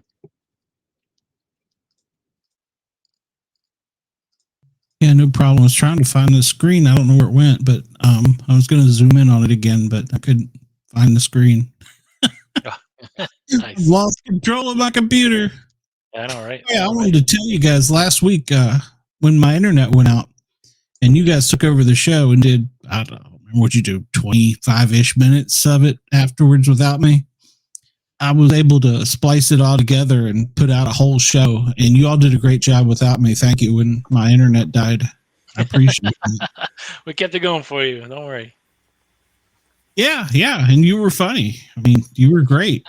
I don't know where all this sudden success for me in podcasting comes from. I think it's from the people I've surrounded myself with. So. Somebody wants to listen to you. I don't know. Where else are you going to see a grown man eat a 10-pound steak in 2 minutes? So, oh, man. Come on, I got to bust your balls a little bit, Chuck. I love you, man. Chuck rolling his eyes. And as we go on, I'm sure you will find something to bust me on. I'm sure. I'm almost 100%. Alrighty. Especially if any of my friends get on here. Holy crap, I'm screwed. So totally screwed. I'm surprised your friends haven't called in yet. Ooh, don't give them any ideas. All right. Let me see here. Last week we had the interesting call there where they were telling us all kinds of stories about Corey. So. All right. So I can make contact. I can make contact with one guy that can just get on, call in, and make Chuck turn red. Oh, I don't know about that. Yeah. Oh, really? Who? Should we? Oh, yeah, who? Darren? Oh, no. He's probably drunk right now. Well, that might make it even better. As long as you don't take it personal and run away, Chuck. I've had that happen to people. They're like, "Oh, I love you," and I never see him again. So. Oh no! So, be able to take it. Here we go. Let me tell this real quick. If we had, if y'all had watched the Misfits last week, well, it went away. I shared it and it went away. I don't know where it went. Go ahead. No, I shared it and it went away. I was going to say, if you had listened to last week's Misfits, we were doing a game where the computer asks a question and I read it to each person. Oh my God. I was almost embarrassed to ask Andy 2 questions that just, if you watch the show, I was dying laughing, but I had to ask him if it was okay. Finally, one of them said, "If would you rather be glued to an airplane wing or the front of a cruise ship?" And I was like, "Oh, that's bad. I can't ask Andy that." But a They little got bit better. it got even better. And for those of you that are listening in or joining in later, it's okay to say, right, Andy? Yeah, go ahead. Andy's confined to a wheelchair and pretty much has been all of his life. And the next question that came up to him, would you rather be able to stand your entire life or not, or to sit down your entire life? I'm like going, oh God, I can't ask him. But Andy is a great sport. He took it well. I love Andy to death. So Yeah, but you forgot the third question. The burping, farting one. Oh yeah. It asks, would you rather burp during a kiss or fart during sex? Corey, what is your answer? Oh man, Chuck, what's your answer? It's farting. It's farting for Chuck. Totally farting for Chuck. Yeah. it's not farting. It's queefing. It's queefing for Chuck. Oh, yes. Amen. Absolutely. Looking through my window. Oh, that's great. Oh man, you guys are too much. We're about to get kicked off live radio. Oh, trust me, there's much worse out there. I've done it. So the original Misfits were a lot less restrained than we are now. Now that we're getting FM radio involved, we have to be good. So Yeah, start hitting that bleep button. yep. So did you figure out how to share what you were trying to, Matt? Yeah, I got you. So I was gonna show you guys. So this is can you guys see it? This is Chat GTP. I just wanted to show you guys something real quick. Show you how the magic happens, right? So this is where you literally ask it what you want to ask it, right? So I don't know, let's talk about so you can't ask it any questions like, well, how do I bury the body? Or how many bullets does it take to kill somebody? It's pretty like, it doesn't go too far in depth, right? But it won't. Yeah, it won't. But so here it is. Like, give me an idea for a challenge coin that is alien inspired, if you will, right? So we're just gonna talk to it. And the thing about it is that it actually remembers your whole conversations, right? So it tells you, you just go through and read all of it, right? So it tells you on thing, and then like, let's give me more details, right? Let's talk about, let's see. And it starts talking about this stuff, like, hey, you should try to design it like this: the front side, the back side. And as you can see, this is doing it in real time. This is pretty fast, right? So that's like, it's pretty much what's cool about it, right? Because everything is like done in real time. And it remembers your conversations, because everything that's posted on the side here, it goes back and it'll tell you. Now, this is the Chat GTP 3.5. The 4 is one you pay for that gives you all the extra stuff, the one that I have. But this is just an example of where AI is right now. It's not really too crazy right now, but that's just something I just want to share with you guys. Let you see how it actually works. How do they come up with what they call the deep fakes? Do they put a picture in? Like Photoshop. Yeah, it's Photoshop. Yeah, it's Photoshop. So, but then does AI take over? Because there's there is a face modifier and a face swap AI engine that you can use to actually swap faces. You ever seen the Google face swaps gone wrong? You will piss yourself laughing so hard, because they had an app where you could swap a face with somebody else's face, right? But of course, people started getting creative and started putting their dogs' faces in there, or like a celebrity who's on TV, like Nicolas Cage, right? They put his face on there and they put their face and they took a picture of them together, and it's pretty scary, actually, especially with the babies. But it is pretty. It's actually pretty cool. When I was going through, we have a chief season when the guys start moving up in ranks. They go through it's a grueling 2 months of just getting beat down, and their faces are all like sad and they're all like sweaty and everything. And I use a face AI app which allowed them to have long hair like Jesus and beards and everything, and it actually makes them smile. Like if they're frowning, like it would actually make them smile, like they're having a great old time, but they're really not having a good old time. So it's just an example of like, where how cool these things are. Like it recognizes your face and it just maps it right over. It's really cool. So yeah, Wow. it's insane. Yeah, it's really scary, insane. That's why you see a lot of those, like you do like UFOs and paranormal stuff, right? Yes. Probably 80 to 90% of those are fake. I mean, let's be honest, right? They're just photoshopping Oh, these yeah. things in. Like, look at this aircraft, this UFO, dude. I can literally see like where you drew the lines in, or like where there's a shadow missing.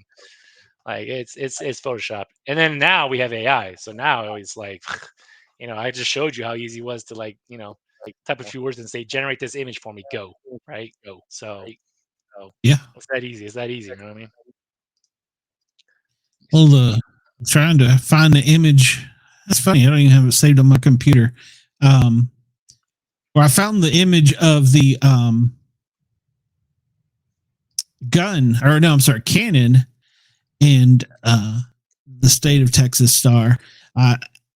We've been talking about it, and it's went on in our development phase, and now I've wanted to put a knife instead of a cannon through it because I think that would probably sell better.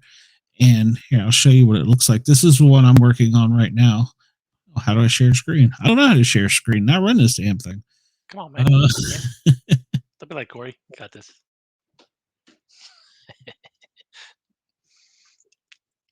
Love you, Corey. Yeah. This is the one we've changed it to now, and Matt was very instrumental in helping me with this. I came up with It was the idea. It's a lie. And well, I mean, you were still help me out. Actually, well, to be fair, the star behind it with all the barbed wire on it, that was AI. Everything else was actually designed. Okay, see, so you did help me out a little bit. So I think that's what I'm going to switch it to. There may be a little different variations.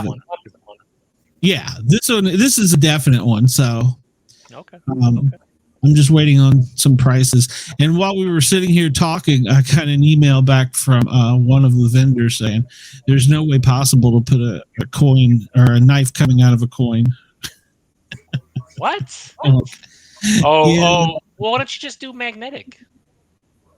Well, that's what I thought. So get the knife metal part, right? Put 2 magnets on either side, make them strong magnets, and you can be like, pull it off. That's what my contact said last night or the night before when I reached out to her. Just magnetic, bro.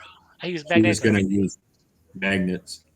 Yeah, just magnets, man. So that knife would come right off the star. That's the star one. Yeah. So, and then of course we determined that they don't know how to spell clump, or they don't translate clump very well. So, yeah. So yeah, I'm probably going to go with it. I was going to do both of them, but after I've talked to some people, and then Matt brought up tonight too that the gun ones aren't selling for whatever reason right now. I don't know. Did I show you the? Hold on a second. Let me share. Let me share my screen real quick, Glenn. I want to show you another gun. Did I show you the RoboCop gun? I'm not sure. I think so. Let me hold on a second. Let me pull it up real quick. Because this is an example, right? So I was showing this to everybody too, and they're like, "Oh yeah, like I would totally buy that. Like that's freaking awesome." I was like, "All right, cool." So on my website here, this is my website, Luminary Strike Design. I got it. It's in there. The reason why I say stay tuned is because a lot of people kept buying coins when they're actually not available yet. It's not available yet, right? So here it is right here. Yeah.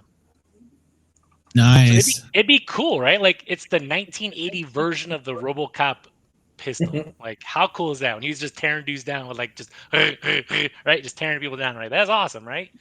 And I thought about making it, but you're looking at sales and it's like it's not a lot of people. The problem is that they don't know what to do with it. So if it's a gun, right? Like if you don't have a stand or it's gonna sit on the shelf or like away from other challenge coins, it's not gonna be popular, right? So that's one of the things I've been realizing when I'm doing my my latest designs. is that I just need to stick back to basics, back to simple stuff, because people just want stuff they put in their pockets or put in their shelf. Yeah. Corey, Chuck, are y'all working on one right now, or? No, not right now. We're supposedly going to a new badge, so wait for that to come out and debut for all of us to wear, and then I think I might go back and probably use my first round coin and put the new badge on the round coin and send that out to people to sell and buy. So volume no, 2. no. Let me know if you need help, bro. Yeah. The only other one is that simple one that this ain't the right one. I gotta find it. But our kids won state in football this year. Yeah. So just like there's a nice part on one side, and then it'll say Centerville High School the year, state champions, and on the back, it's just plain, but it lists all their names and their numbers. And so That's cool. And the coaches and stuff. So just something for the kids to.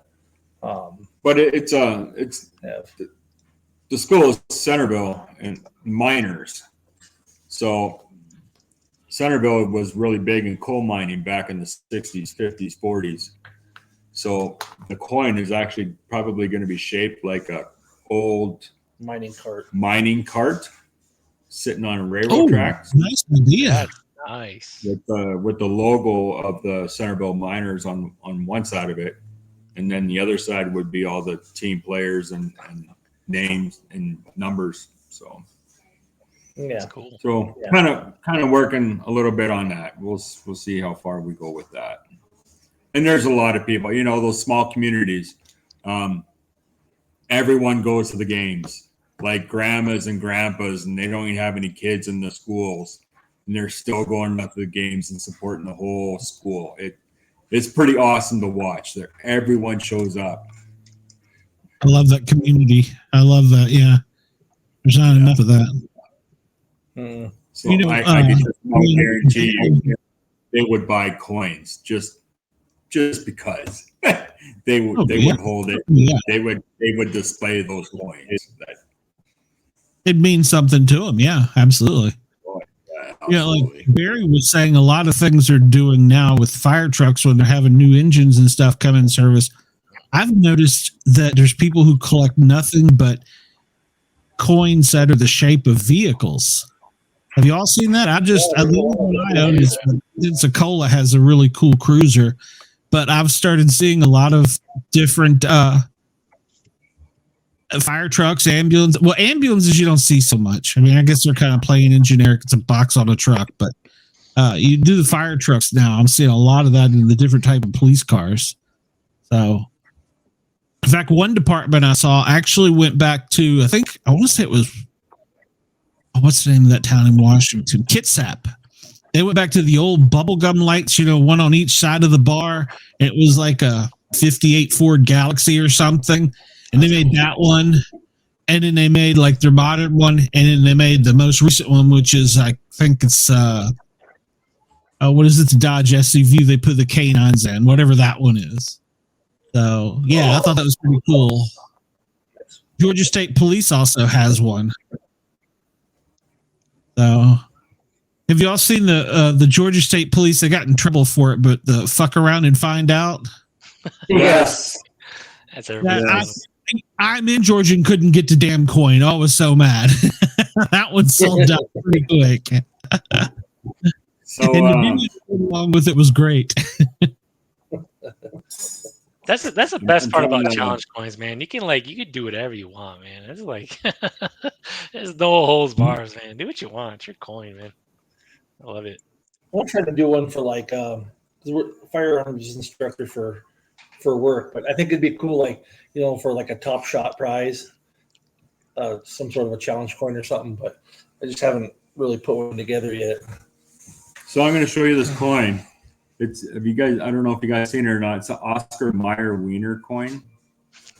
Have you seen it? Okay. So you would, Corey. You'd show it. on the bottom On one side, it says Oscar Mayer. It's shaped like the Oscar Mayer Wiener car. And on that same side, it says, do not touch the wiener. And it's Oh man! literally, Man! Look at that. okay. I'd probably buy that. Yeah. That's a beautiful thing, right there. On the other side, it says Cadillac Converter Task Force, Narco Warrior.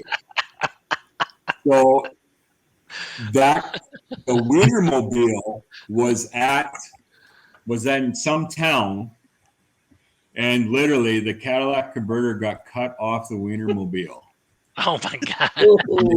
They filed a police report because of it. And ever since then, this coin I want this coin so bad. So yeah, they just designed a coin for, yeah, right. If anybody out there has a way of getting a hold of the Wienermobile coin, let us know. I think you probably ISO Wienermobile coin, go. Yes. Yeah, that's another thing we should do. We should have people come on and show coins that they're in search of, or call in and send me the picture, and I'd show the coin, put it up, and we'd hook them up because, I liked any of the coins that are Bigfoot related. Well, Yakima, I think it was Yakima. Somebody, it was FBI out in Washington or somewhere, had this really cool one, but you had to know someone to get it. And so it took me a while, but I finally got in touch with somebody and got it. And so, yeah, that'd be kind of a cool segment if we can, advertise that out. So, okay, well, I'm just gonna show this picture. I'm not gonna say any words because you'll have to beat me. Okay. This is actually Maryland State Police coin, and it's a generation butt hurt. Oh, I'm offended on one side of the coin. Oh my God! And then the other side of the coin, there's a certain part that glows. So I'm just gonna hold this picture up. Yes. I love it. Corey modeled for that. I want this coin. Okay. Yeah, Andy, have you seen that one? I have not seen that. No, I haven't, but I've heard about it. Oh, yes. Andy, your Maryland could hook him up. The one part glows. I can't imagine. That's funny. Can you imagine trying to translate that? Yeah. We'll just keep it PG. AI, make it. Yeah. Run that through AI. See what happens. All right. Put it like a cat between the legs. Yeah, I was gonna say, Matt, does it do that type of thing? I don't know. I think it might be irresponsible. Does it know who it's dealing with? No.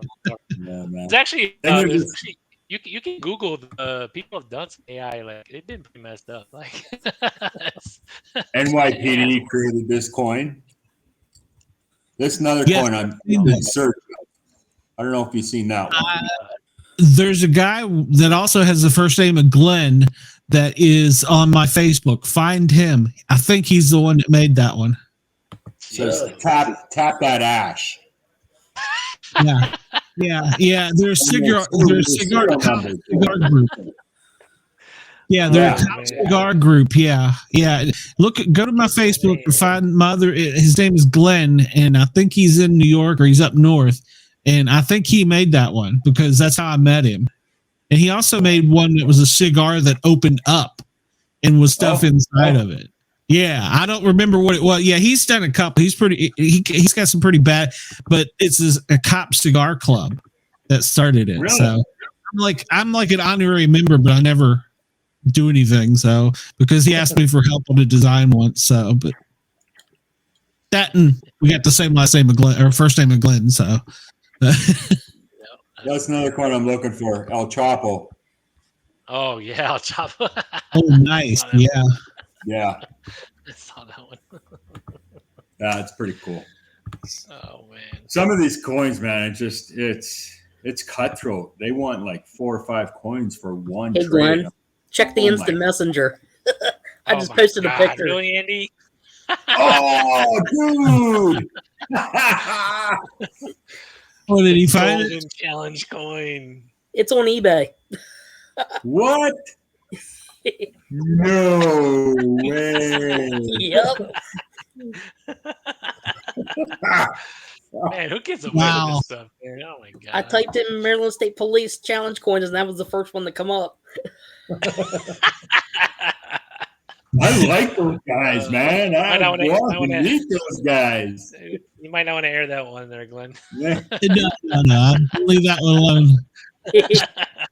Just do what Andy said to do. You'll find it. All right, so Chuck, Corey, which you two's going to buy it as soon as we get offline?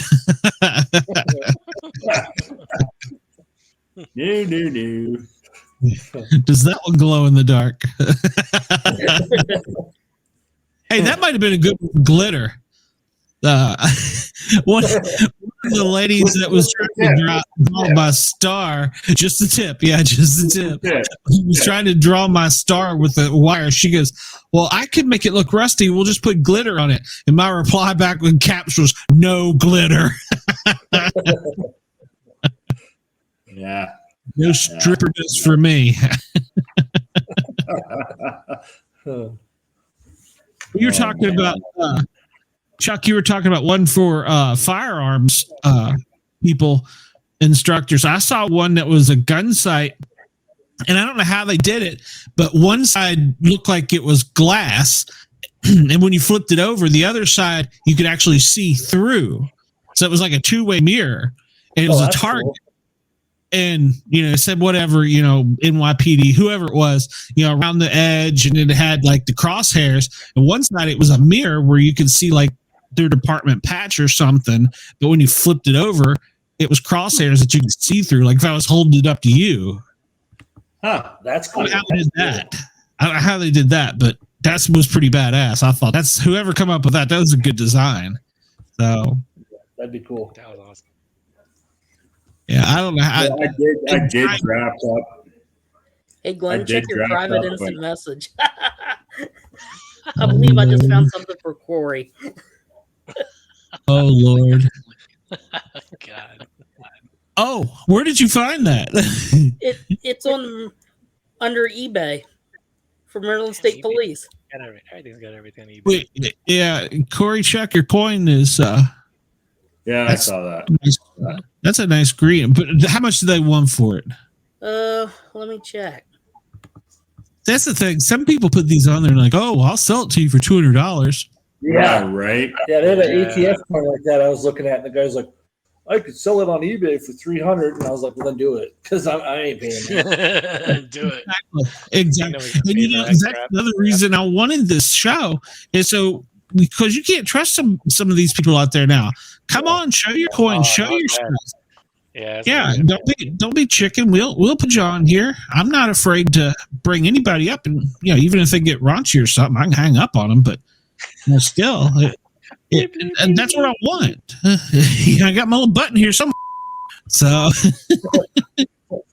Well, we talked about this, Glenn, because I was telling you that for the military side, they make a lot of money selling coins at like events.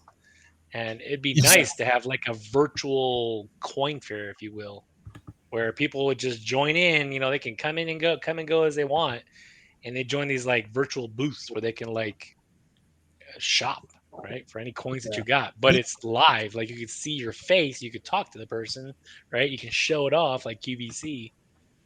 That would be cool. It's not on eBay; it's on Amazon. Oh God, even worse. oh, God, how do you get on Amazon? Come on, Jeff Bezos. That's Damn it, man. That's funny. Yeah, and we should start doing it before the shows. Upload to either Matt or I pictures of coins you want, and we'll put them up there. And get your QR codes, get your links, and all that stuff. We may have 20 people watch us tonight, but before the week comes back around, we'll have over 100 watches. So it's not like the show's going anywhere. So you never know. Yeah. I like the Bigfoot coins, and there's some like there was actually I just I bought a Navy one that was out in not Maryland, Tacoma, Washington, and it is their badge. And when you flip it over, it's got Bigfoot carrying some type of special weapon, and he's got a canine. And I asked the guy, I was like, I want one of these, but not military. And he's like, okay, I'll sell you one. I explained to him, I call Bigfoot. And I said, what in the world? He goes, oh, well, Bigfoot's on our base, and that's one of our special weapons. And we got the canine training school or something. I'm like, that's badass. Do you have the Yakima Bigfoot FBI one? No, I think it's the one I haven't been able to find yet. I'll take a picture of the one I have. I have an extra Bigfoot one. Okay. I don't have much to trade police-wise, but sure, I'm not picky, man. I'm not picky. Okay. Some people like I was only collecting fire, but over time, I've met officers and had them give me coins and stuff, and so, yeah. If I can take a story behind it, of somebody that I met or whatever, that's what I like to collect the coins for. Exactly. It means something. It means more. So it's got more than just a value to it. Right. No. And we'll let Andy be our Google searcher to find all the odd ones that we can. He likes looking for penny ones. So. That one right there. It's that one. There you go. Boom. FBI. I'll check to make sure, but I think that's the one I don't have. I'm pretty sure. That's one side, and then that's the other side. Yeah. Okay. If I don't have it, I know I've probably got a Philadelphia FBI. I'll send you. Yeah, just message me if you don't have it. Okay. Yeah, I can do that. But yeah, we need to do that and get people in here. I want this to start rolling. I know we're only on show 4, but we're funny. It's a popular topic, and people are liking it. So I'm proud of us. And I don't know where you guys are advertising this, but it's working. So please keep it up. I love you. Love you a long time. Glenn, we got to do AI one, right? I do an AI one, and we got to do this VR. VR, virtual reality. Yeah, virtual reality. Because there's a lot of things coming up, and it'll spark a lot of topics, especially on that stuff. I mean, I know it's not really challenge coins, but when I stream from a little bit, that's something I'm thinking about. Well, hey, I can have you over on my other show. Matter of fact, I might need you on my show. I saw somebody cancel it. I haven't read the email yet, so I may need somebody to come in and fill in. So we could do that. And hey, that'd get you out to 1 million people. I was going to look and see. I booked something for next week. And I believe, I can't remember if it was Corey or Chuck, one of you said that you had already dealt with this Protecting the Blue, Miss Susan Smith. She's coming on next week. You all met her? Or? Okay. I haven't met her. Reached out to her and told her what we did, and she actually mailed Chuck and I both coins and stickers. Mm-hmm. Yeah. Wow. And it's very cool. It is cool, and it's a cool purpose of why she's doing it and what the reasons are behind that too. And it's one of those coins you just kind of carry with you. It's one of those protector type coins. There's a lot of meaning behind it. Like even my kids, they both got me the St. Michael coin on one side, and then the other side it says, my daughter has always given me a saying, "You're my hero. You're always my hero. I'm your forever baby girl," or something like that. But I carry those 2 coins in my vest when I go out in the field. It's stuck in my vest. It's out of the way, but they're always there. So, yeah. Well, the fire service, we have a tradition. We will put things in the top of our helmets. We'll mount them in our helmet. And the theory is, God forbid, that you carry your family with you everywhere, but if for some reason you're trapped in that room and you're going out and there ain't nothing you can do about it, take your helmet off and look at your family. Yeah. So, and I mean, it's a grim thought, but yeah, we all did it. It's one of those things that it's reality, every day is a different day, and every day you're walking into work into the unknowns because you don't know if you're going home that night. You don't know what you're going to see that day, and all you can do is be the safest you can be, and watch your back and watch each other's back, and work as a team. You know, it goes a long way. You have to trust your partner, and kudos to Chuck. He is my partner in real life, and not just on the show. But and not the other way, though. Not the other way either. Just, but he's my work spouse. But we understand each other. We read each other, and that's what gets us through the day. And you know, if you can't laugh at work over some of the shit that we see or deal with, the job ain't for you. You we gotta really dry sense of humor. It's black humor, and a lot of people don't get it. But just looking at each other, we'll just start freaking laughing because we get it. We know, right? Yeah, you can't unsee things, you know. And well, like I was telling Barry about that, I'll call him a kid, but he was watching the computer screens. You know, they're looking for speeders, shoplifters, whatever on all the cameras through the city. He saw mama and baby wiped out in wall size right in front of him. You know, so you don't know what you're going to see. So and you can't unsee things. So. Yeah, especially when there's your partner. Like if Corey's not around or if I'm not around, we can pick different people to go out in the field with in our office. You know, there's one guy in our office. Joke is he always says, "I need your help for 5 minutes." Well, if he tells you that, you're done. You're done for at least an hour and a half. Yeah, right? and we went into that, and the end of that day, you know, hey, come help me for 5 minutes. Turned into a shooting, but it was just like, oh, when it was done and over with. We sat there. Well, I know I sat there, and you have that adrenaline dump, and you just start, you know, like I had my phone. I just started looking through the pictures of your family and stuff. Like, okay, bringing yourself down, different things that you keep on you to bring yourself down, and then like Corey said, we're partners. So then, you know, you go home. He wasn't there that day, but then we're calling each other like, oh shit, sure shoot, you know, whatever. Good shoot. Don't worry about it. We're good. You know, yeah. Get your union rep. Get your union lawyer. So. But it just. And thankful for us. We have a very supportive office. Our admin, our bosses, they bend over backwards for us. And families first. Always family first. And which is comforting in a lot of senses.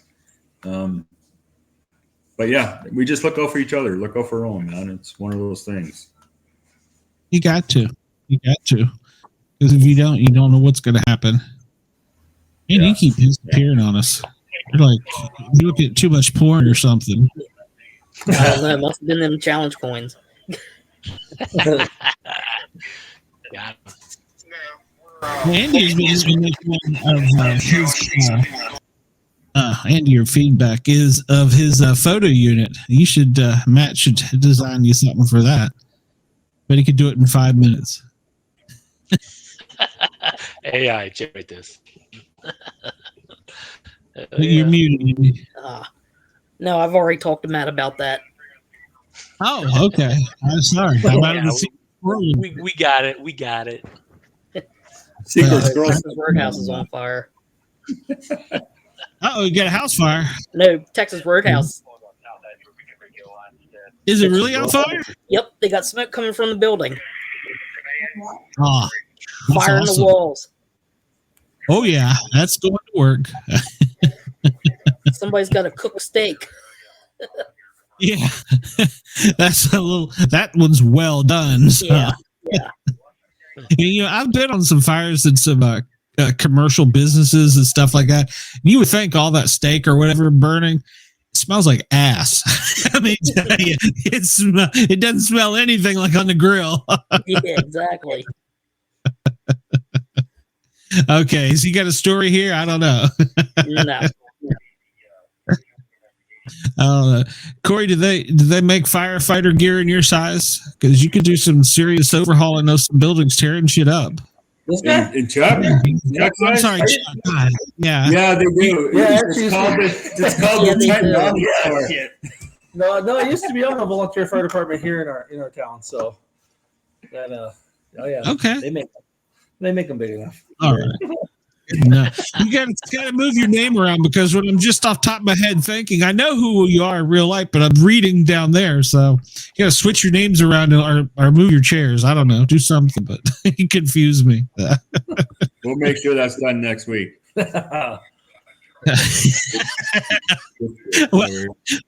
We'll see if we can get you online next week. So yeah, good thing we started at about 6:30, right? Yeah.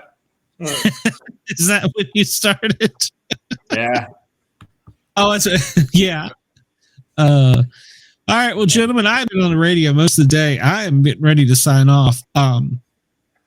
Matt, you got anything coming up? But I might talk to you seriously about being a special guest on a show. I've had somebody cancel. So.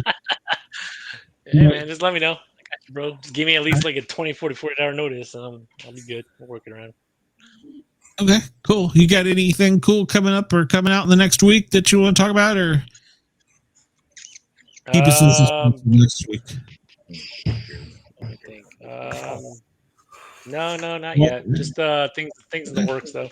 I do have a Teenage Mutant Ninja Turtle coin coming out eventually. Ooh. All right. It's a Chief inspired. It's on the. I was just on that thing too. Oh man, let me do it real quick.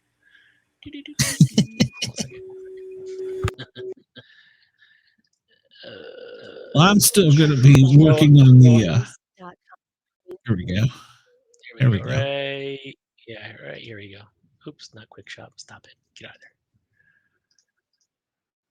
There we go. This one. This one's like pretty cool. This may be one of my probably last complicated coins that I do. Not complicated. We'll say complex. But the company, the factory is going to actually do an actual 17 millimeter thick size shell with actual Leonardo swords coming out. So this goes back to like nostalgic, right? Like nostalgic stuff that I do. So it screams Navy Chief, I know, but damn, copyright. So yeah, that's I got these. That's what's coming next, if you will. So stay tuned, sign up, do your jump on my website. Make sure you give me your email address, and I'll give you a 10% discount. Plus, we'll let you know when new stuff's coming out. Yeah, tell them you saw it here. You saw it here first. So cool. Yeah. Corey, Chuck, anything this next week going on? No, nothing at all. Just a minute. Okay. No. All right. Well, all right. What? Huh? All right. Yes, you will. I'm going to work on the knife one. Andy, you got anything going on before we get out of here? Nope, not that I can think of. All right. They still burning down the building? Yep. All right. I love it. I miss that so much. All right. Well, I got the music queued up. We're going out of here. Next week, Susan Smith is coming on. We will have her. So until then, goodbye, everybody. Have a wonderful evening. We'll see you later. Later. Yeah. Yeah. Ah.